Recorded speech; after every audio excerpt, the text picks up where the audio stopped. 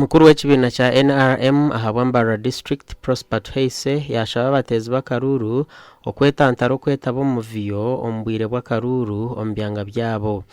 Kandi usitaza kuza mu kwenda kutabura akaruru ukawenda kutabura akaruru wotari munyamugisha bakwata oguriyo nakusindika ngo otabura akaruru we naza gumayo mo especially nibo leaders ababo neka yagireberere then yobonabonero mu cyome kayawe bonabone abantu bawe babonabone niyo bonabone kandi buriyo nakusindika ariyo musingi ogona nashaba abateezi okwetantara engambo zona ezigenderire kuteganisa obusinge oburyo mu ihanga.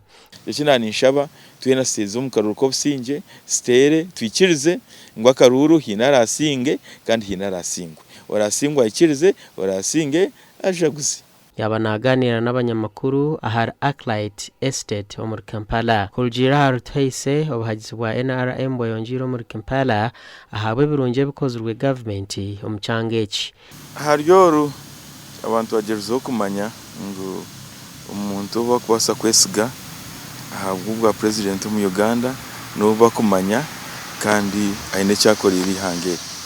So nana obusinge butwine twantu yenda tubugumizemo abantu bana bakireba zirukagumizamo na president Yoweri Kaguta Museveni. Yashaba abantu bona abari muri Kampala okwakira president Yoweri Kaguta Museveni orukuza kuronda yobushagici esabite rukwija gasha kwa Jimmy Mhumza.